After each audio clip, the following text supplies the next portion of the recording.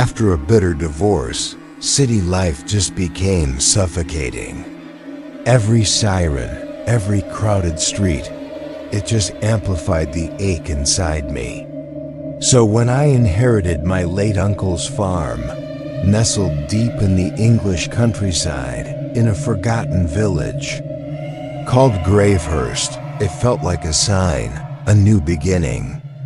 I'm Amelia, a city-born schoolteacher, and my goal was simple: restore the farm, reconnect with some roots I didn't even know I had, and start fresh with my son, Tommy.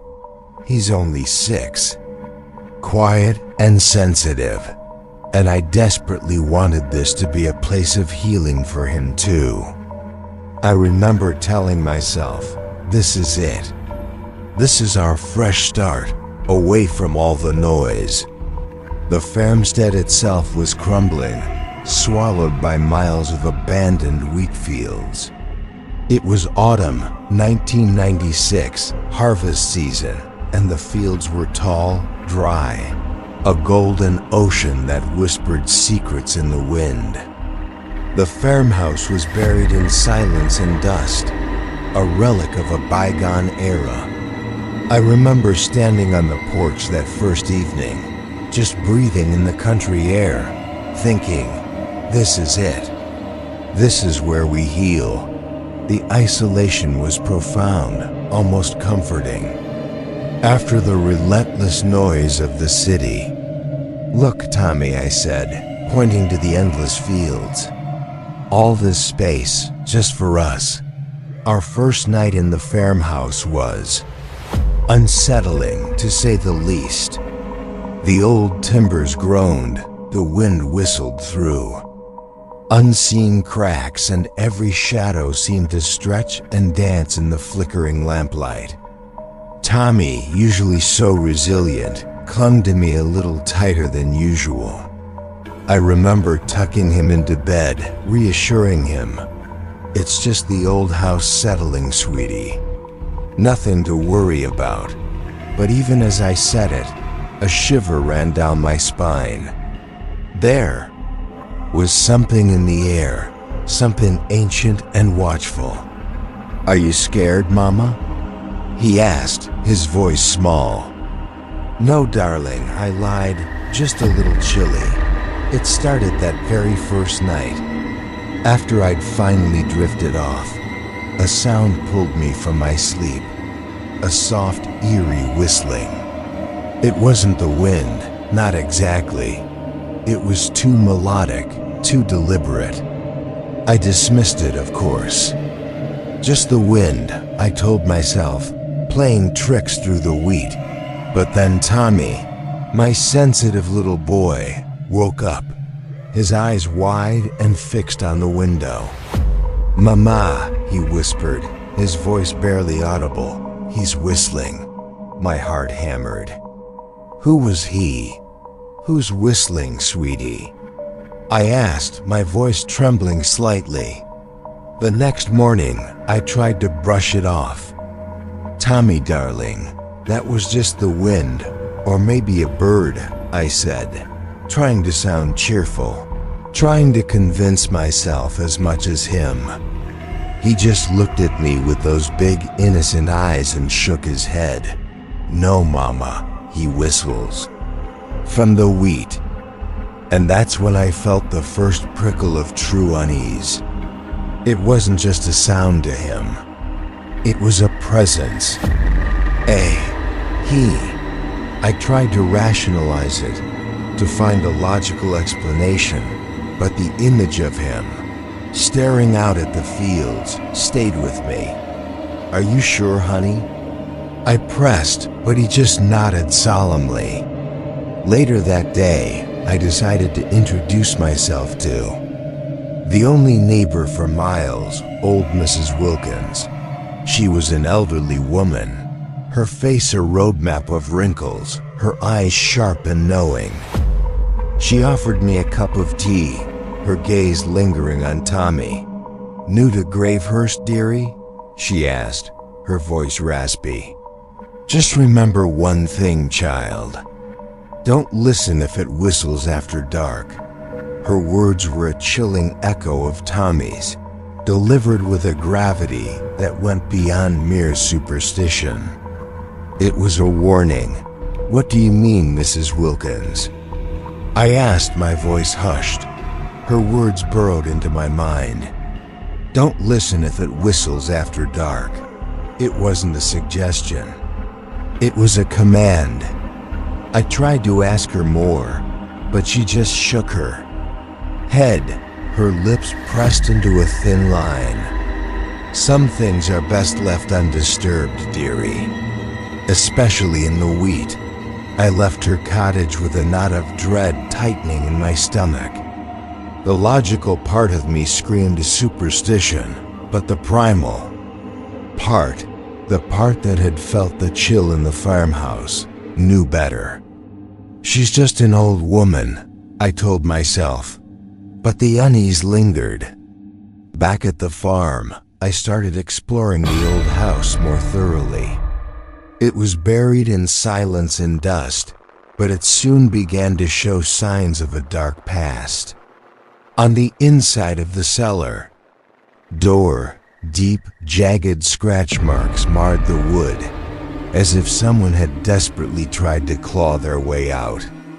And behind a loose wall panel in the attic, I found a stack of burnt photos, their edges charred, their faces unrecognizable. It was like the house itself was trying to tell me something. "What happened here?" I whispered to the empty rooms. Then, I found it, tucked away in a dusty old chest in my uncle's study, a leather-bound journal. His handwriting, usually so neat, was frantic, almost illegible in places. The entries spoke of strange sounds, of a presence in the fields, and then cryptic warnings. "Don't harvest alone. Don't look into the wheat after sunset." My blood ran cold. My uncle, a man of science, had seen something, experienced something, that had driven him to this desperate scribbled madness. "What did you see, Uncle?" I murmured, tracing the frantic words. As the days bled into one another, Tommy's behavior grew stranger. He would spend hours staring out at the wheat fields, humming a low, tuneless melody that I couldn't quite place. And then, one evening, as the sun dipped below the horizon, casting long, menacing shadows across the fields, he turned to me, his eyes wide and unnervingly bright. "Mama," he whispered, his voice soft, almost ethereal. "He wants to come inside." And from the depths of the wheat, a whistle rose, clear and melodic, chilling me to the bone. "Tommy, what are you talking about?" I asked, my voice barely a whisper. The whistle, now a nightly occurrence, was no longer a trick of the wind. It was a call, a summons, and Tommy's unnerving certainty that he wanted to come inside plunged me into a terrifying new reality. My pre-existing anxieties, already frayed from the divorce and the home invasion, began to unravel completely. I started losing track of time, waking up in strange places. One morning, I found myself in the middle of the wheat fields, barefoot, my feet bloody from the stubble, with no memory of how I got there. How did I get here? I muttered to myself, staring at my bloodied feet, the cold seeping into my bones. My mind is betraying me. The whistler, as Mrs. Wilkins had called it, was more than just a sound. The journal, my uncle's desperate scrawls, hinted at its true nature. A ghostly entity born from a farmer's pact with a demon. A promise of good harvests, year after year, in exchange for a child's soul every 20 years. My blood ran cold reading it. This wasn't just a ghost story. It was a curse, a horrifying legacy that had been passed down, generation after generation, and now it seemed it was our turn. 20 years, I whispered, my voice hoarse. Tommy is 6. It's not his time yet, or is it? And then Tommy's voice changed. It started subtly, a slight shift in cadence, a deeper resonance. But soon, he no longer spoke in his own voice. He mimicked my late uncle, word for word, repeating phrases from the journal, warnings I hadn't even read aloud. Don't harvest alone. Don't look into the wheat after sunset. His eyes, usually so innocent, would sometimes hold an ancient, knowing glint that sent shivers down my spine. It was like my uncle's spirit was speaking through him, or something far worse was taking. Hold. Tommy, stop that. I pleaded. That's not your voice. The atmosphere around the farm intensified, becoming a palpable presence of dread. There was a constant, unnerving rustling in the wheat, even when there was no wind, as if something vast and unseen was moving just beneath the surface, stalking, waiting. Crows, hundreds of them, circled endlessly overhead, but never landed. Their caws a mournful, prophetic chorus. And no other animals were ever seen. No rabbits, no deer, just an eerie, unnatural silence broken only by the rustling and the whistle. Why won't they land, Tommy? I asked, my voice strained. He just hummed. The sky always seemed overcast, even in daylight, a perpetual gloom that pressed down on the farm. And nights stretched unnaturally long, the darkness clinging to the fields, to the house, amplifying every creak, every whisper. The farm seemed alive, but not in a comforting way. Doors would slam shut with no explanation. Tools would move on their own. And when I looked into glass, into mirrors, my own reflection would sometimes whisper, its lips moving, but no sound. Escaping, just a chilling, silent plea. Did you hear that, Tommy?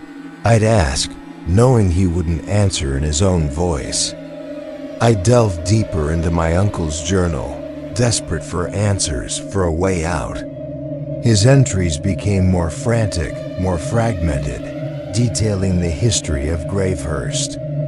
I discovered that the villagers had left decades ago, not just moved, but fled in terror.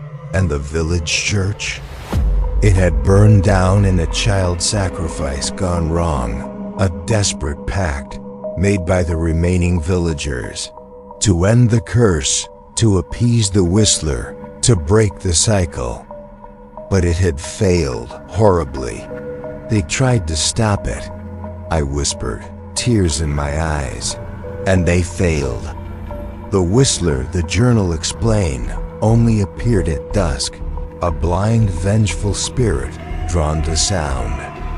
It stalked through the fields unseen, its location given away only by its eerie, melodic whistle. And whistling back, that drew it closer. The louder you whistled, the faster it came. Its face, my uncle had drawn a crude sketch, was stitched shut, with eyes burned out and teeth filed into points. It was a reaper of children, a monstrous embodiment of a broken pact. A reaper of children, I repeated, the words tasting like ash in my mouth. The horror escalated with gruesome discoveries. I found animal corpses nailed to trees around the farm, arranged in disturbing, ritualistic symbols. Their eyes were gone, their bodies twisted into unnatural poses. It was a message, a warning, a grotesque display of the Whistler's power. What is this? I gasped, recoiling from a deer, its eyes replaced with pebbles. And then one morning, a scarecrow appeared in the middle of the wheat field, seemingly overnight. It wasn't straw and old clothes. It was made of bones, hair, and children's clothes. Tommy, my little boy, pointed at it with a chilling smile. "That's who watches." "Me, Mama," he said, his voice echoing my uncle's. My blood ran cold. The atmosphere of dread was suffocating. Every breath felt heavy. Every shadow seemed to hold a lurking threat.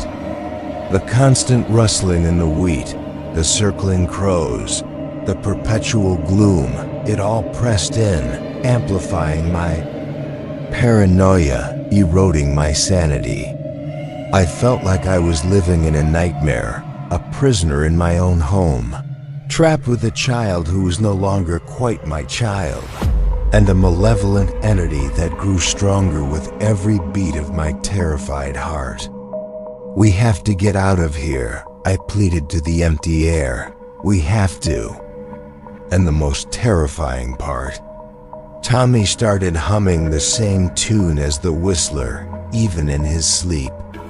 That eerie melodic whistle, the one that drew the creature closer, now emanated from my own son's lips. It was a constant chilling reminder of the curse, of the pact, of the horror that had taken root in our new home. I knew then, with a sickening certainty, that we were not just living in a haunted house. We were living inside the curse itself. "Tommy, please," I begged, tears streaming down my face. "Stop whistling." The Whistler's presence became undeniably aggressive. That eerie melodic tune, which Tommy now hummed constantly, was no longer just a sound. It was a direct challenge, a taunt. I learned from my uncle's journal that whistling back drew it closer, and the louder it was, the faster it came. "It's playing with us," I muttered, my voice hoarse from lack of sleep. "It wants me to whistle back." It was a horrifying game of cat and mouse. Only I was the mouse, and the cat was a blind, vengeful spirit that hunted by sound. My sanity, already hanging by a thread, began to fray completely. The psychological torment escalated beyond mere whispers and phantom sounds. The farm truly seemed alive, but not with a benevolent spirit. Doors would slam shut with violent force, rattling the old house. "Did you hear that?" I'd gasp, spinning around, only to find nothing. Tools in the barn would move on their own, appearing in places I'd never left them, a chilling mockery of my attempts at order. And when I looked into glass, into the dusty mirrors or window panes, my own reflection would sometimes whisper, its lips moving, but no sound escaping, just a chilling, silent plea that mirrored my deepest fears. "Help me," my reflection would mouth, its eyes wide with terror. My hallucinations grew more vivid, more terrifying. I would wake up in the middle of the night, convinced I was back in the city, reliving the home invasion, the faces of my attackers, leering at me from the shadows of my bedroom. Then, I'd snap back to the cold reality of the farmhouse, the sound of Tommy's soft, unsettling humming filling the silence. "It's not real, it's not real," I'd chant, trying to ground myself. The lines between past and present, between dream and reality, blurred into a terrifying, indistinguishable nightmare. The atmosphere of dread was suffocating. The constant rustling in the wheat, even when there was no wind, became a relentless torment, a sound that never ceased, a reminder of the unseen presence stalking just beyond the window panes. The crows continued to circle, their caws a mournful, prophetic chorus that seemed to warn of impending doom, never landing, never breaking their vigil over the cursed land. "They know," I whispered, staring out at the circling black birds. "There, waiting." Then came the incident with the wheat harvester. It was a massive, rusted beast of a machine, sitting dormant in the barn. One afternoon, as I was trying to fix a broken latch, it suddenly roared to life, its massive blades spinning with a terrifying whir. Before I could react, a flock of crows, drawn by some unseen force, flew directly into its path. The machine ground them, painting the walls of the barn with blood, a grotesque, horrifying display of power. "No, stop!" I screamed, but it was too late. It wasn't just the machine. It was the Whistler, making its presence known. A horrifying display of its power. The most horrifying discovery came when I finally dared to investigate the cellar, drawn by a faint, sickly sweet scent of decay. Behind a crudely bricked up section of the wall, I found it. My uncle's body. He was bound, his hands tied with thick rope, his eyes ripped out, leaving empty, gaping sockets. His face was frozen in a silent scream. "Uncle?" I gasped, my voice barely a whisper, recoiling in horror. He hadn't just died. He had been murdered. A desperate attempt to escape the pact, to break free from the curse that had consumed him. He had tried to run, and the Whistler had made him pay. The realization hit me with the force of a physical blow. The pact, the demon, the child's soul every 20 years. My uncle had been trying to break it, to end the cycle, and he had failed. The journal, his frantic warnings, they weren't just about avoiding the Whistler. They were about fighting it, about understanding the terrifying rules of its game. And now I understood. The farm wasn't just haunted. It was a living, breathing sacrifice, sustained by the very fear and death it inflicted. "He tried to save me," I sobbed. "He tried to save us all." Tommy's behavior grew even more disturbing.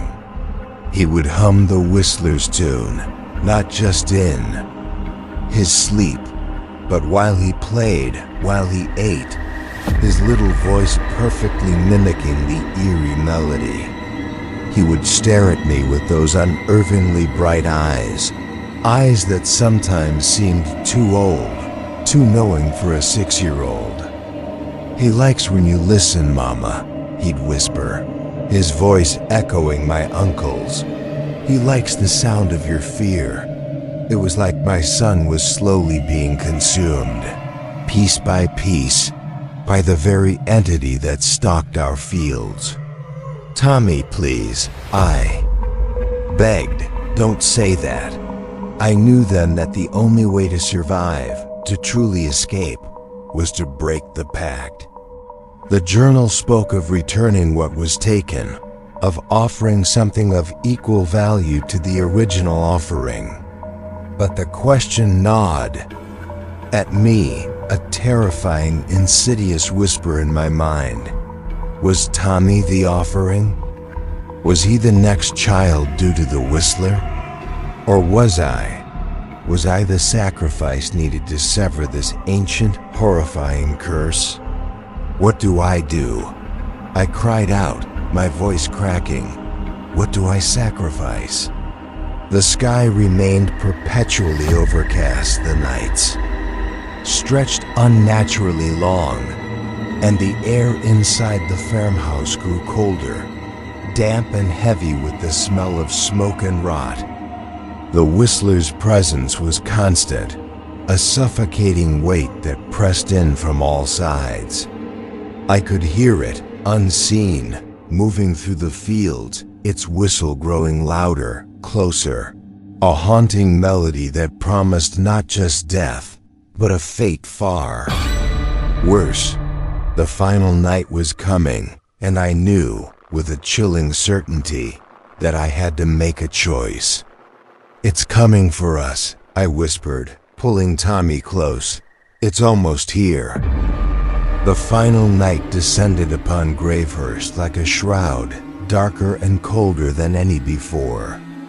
The Whistler's tune, now a deafening crescendo, echoed through the farmhouse, seeming to come from every wall, every floorboard. Its presence was palpable, a suffocating weight that pressed in from all sides. I could hear it, unseen, clawing at the walls, scratching at the windows, its hunger a tangible force that vibrated through the very timbers of the old house. "It's here, Tommy," I whispered, pulling him closer. "It's finally here. There's no escape, not anymore, not from within." My mind raced, frantic, desperate, as I clutched my uncle's journal, its pages brittle with age and terror. The pact had to be broken. The curse had to end. The lore was clear. Return what was taken. Offer something of equal value. But the question, the terrifying, insidious whisper, persisted. Was Tommy the offering, or was I? Was my son destined to be the next soul claimed by the Whistler, or was it my turn to walk into the flames? "I won't let it take you," I vowed.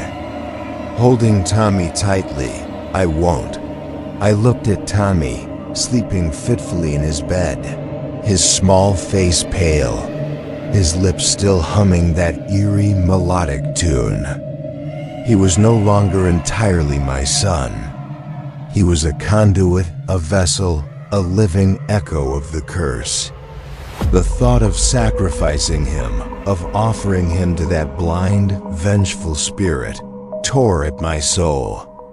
But the thought of him becoming another scarecrow, another voice trapped in the static of the fields, was even more unbearable. There had to be another way. "Please," I begged the silent room, "show me another way." Then, a terrifying, desperate plan formed in my mind, born of pure instinct and a desperate need to sever the curse, once and for all. If the Whistler fed on the land, on the harvests, on the souls taken from these fields, then the land itself had to be cleansed. "I'll burn it all," I whispered, the words a desperate prayer. The wheat fields, the farmhouse, everything. I would sever the curse at its roots, hoping to deny the Whistler its sustenance, to break its hold on Gravehurst forever. I found the kerosene in the barn, my hands trembling as I doused the dry wheat, the old timbers of the farmhouse. The smell was acrid, potent, a promise of destruction. The Whistler's whistling intensified, a furious, enraged shriek that seemed to tear at the very air. "You won't have it." I screamed, my voice raw. It knew what I was doing. It was fighting back, its unseen claws tearing at the walls, its hunger a roaring inferno that matched the one I was about to unleash. With a desperate prayer, I lit the match. The flames erupted with a ferocious roar, consuming the dry wheat in an instant. a wall of fire that stretched towards the ominous, overcast sky. The farmhouse caught quickly, its old timbers crackling, sending plumes of black smoke into the air. The heat was immense, searing, but it was a purifying heat, a desperate act of defiance against the ancient evil that had plagued this land for so long. "Burn!" I cried. "Burn it all!" The whistler shrieked, a sound of agony and fury as its domain was consumed by the inferno. The melodic tune twisted into a discordant wail, a sound of pure, unadulterated pain. The black ash that had fallen like snow now swirled violently in the updraft, caught in the inferno, burning away into nothingness. I stumbled back, pulling Tommy with me, away from the consuming flames, away from the roaring inferno that was cleansing the cursed land. "It's gone," I gasped. "It's finally gone." I watched as the farmhouse, my new beginning, became a funeral pyre, a blazing beacon against the endless night. The wheat fields, the source of the curse, burned with a terrifying intensity, their golden stalks transformed into a sea of fire. The whistler's wails faded, replaced by the roar of the flames, the crackling of burning wood. It was over. I had done it. I had broken the pact. I had saved my son. "We're safe now, Tommy," I whispered, pulling him into a tight embrace. Days later, I woke up in the middle of a field. The air was cold, damp, and the smell of smoke was faint, distant. My body ached, every muscle screaming in protest. I pushed myself up, my vision blurry, my mind a chaotic mess of fragmented memories. The farm, the fire, had it been real?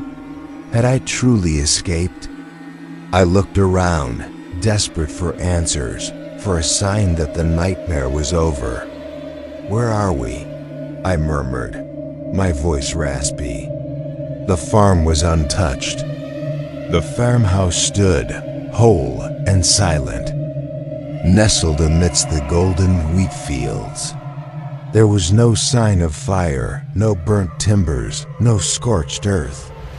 And standing over me, his small face illuminated by the pale morning light, was Tommy.